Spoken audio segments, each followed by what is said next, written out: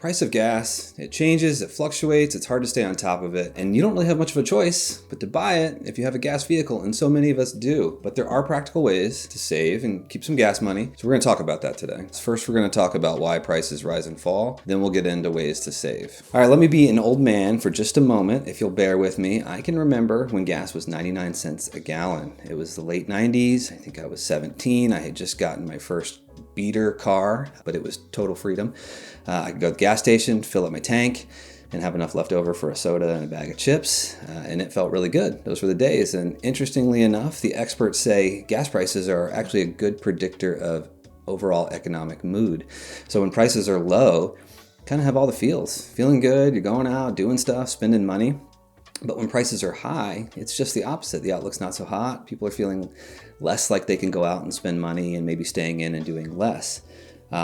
But let's take a quick look at how gas prices have changed over the years. So these are the retail prices, but it's only fair if we also mention what the price would be today, adjusted for inflation. So in 1973, gas was 39 cents a gallon. Sounds cheap, but that's $2.74 in today's money. In 1983, gas was $1.16 a gallon, and that's $3.55 in today's money. That was a big jump due to the US embargo of oil from Iran, also known as the energy crisis. 1993 went back down. It was $1.11 a gallon, so cheaper than in 1983, and that's $2.33 in today's money. In 2003, gas was $1.59, that's $2.62 in today's money. And in 2013, gas was $3.53, that's $4.59 today. And actually today in 2023, it's $3.48. This was for the end of March, and that's less than it was 10 years ago. Let's talk a little bit about why gas prices change. And when it comes to gasoline, the biggest cost is for crude oil. And crude is the raw, unblended oil before it's refined into gasoline. And that price is affected by supply and demand. And some of the factors that sway supply and demand are the performance of global economies, a pandemic, war, also collaboration among oil producing states, those that produce a significant proportion of the world's oil. So let's look at June 2022 when some of these supply and demand factors really came together and pushed gas to the brink. It was like $5 a gallon on average at the end of the month, if I remember correctly. And that really had to do with, a lot of people getting back on the road. COVID felt like it was easing. So you've got this period of high demand after a really significant period of lower supply. And also Russia had invaded Ukraine and a lot of people stopped buying Russian oil. So that created a constraint.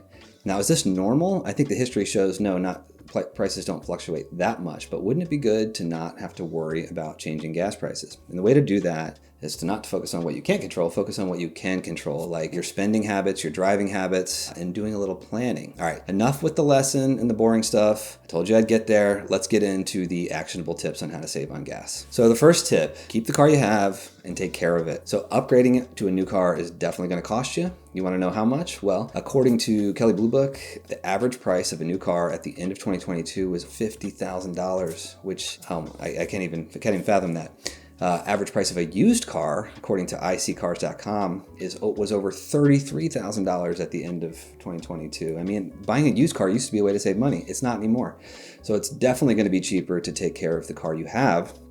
And according to the Department of Energy, you can do that with just some regular maintenance. And I'm talking easy stuff, like keeping your tires fresh, keeping them at the right air pressure, filling your tires at the right air pressure, changing your oil on time and using the manufacturer's recommended grade of oil. Take it to the shop to do that. And then getting regular tune-ups, and you can look at your service manual for when you need to do that. All those can add up to using less fuel.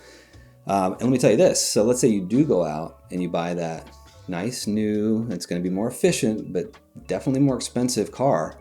What you save in gas over years is probably not going to offset the price tag of that new car. So to borrow a great headline from a fellow NerdWallet writer, don't spend $1 to save a nickel on gas. Well, this tip makes sense. How about saving some cents with a gas app or a gas rewards credit card? So you can use popular apps just to, at the least, check prices and find out where gas is cheapest in your town or city.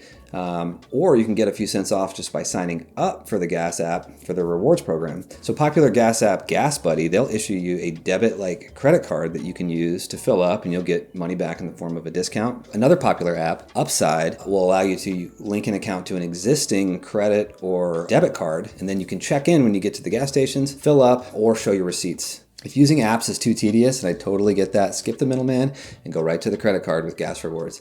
And you can find cards out there with as high as 5% cashback rewards, but you should at least aim to find a card that gives you about 3% cash back. That's what I do. I use an Amex that has 3% cash back.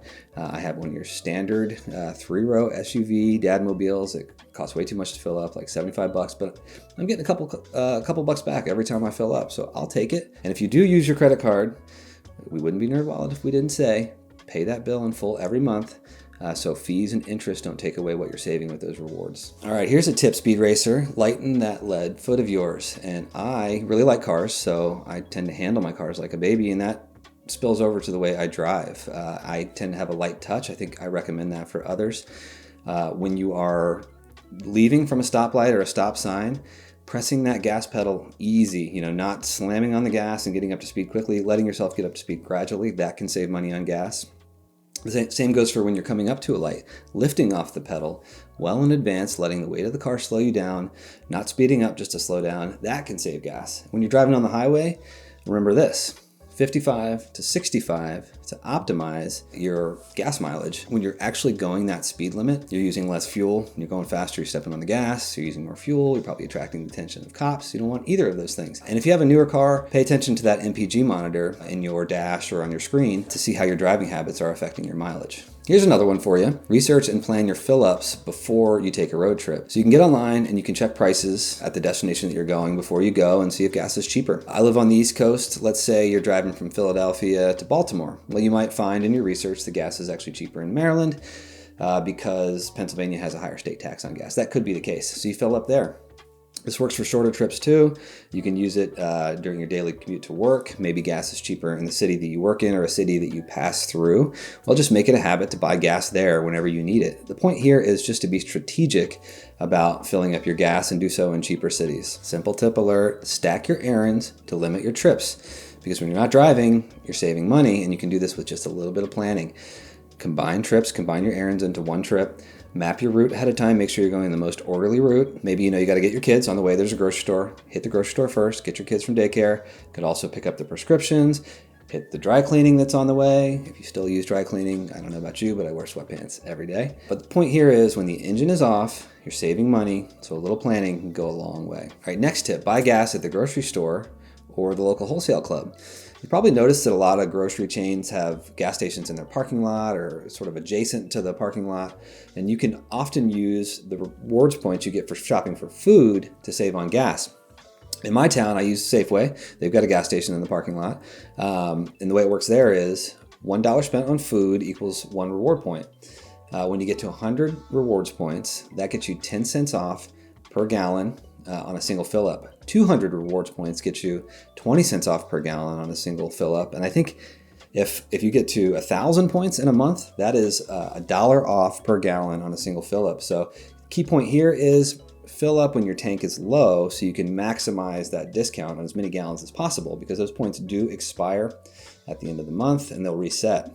And here's an even hotter tip: sometimes those purchases at grocery store stations will actually register as a grocery store, not a gas station. So this would be the time to use the credit card that has grocery rewards instead of that gas rewards card to maximize your benefits. All right, for my final tip, I'm going a little outside the box. Ask your boss for a break from driving. So COVID ushered in a whole new era of flexibility. Lots more people are teleworking. In fact, teleworkers tripled over the pandemic, according to the US Census Bureau. Is this something that works for you? Is your job conducive to working from home at least a little bit? Well, it can't hurt to ask. In this era of pay transparency, it's not just about salary.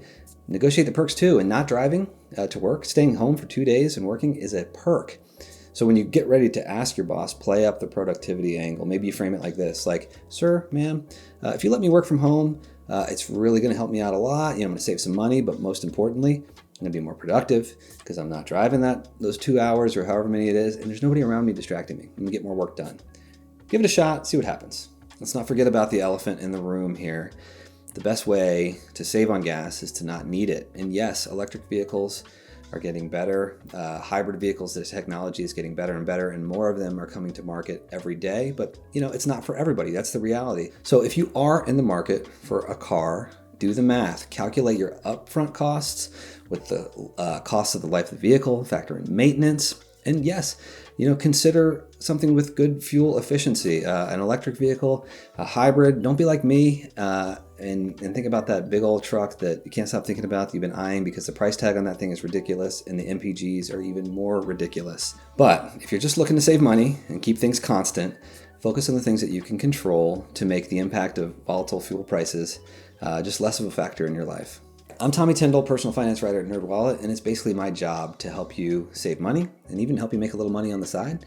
So check out our website for lots more information about that. And if you learned something from this video, please like and subscribe.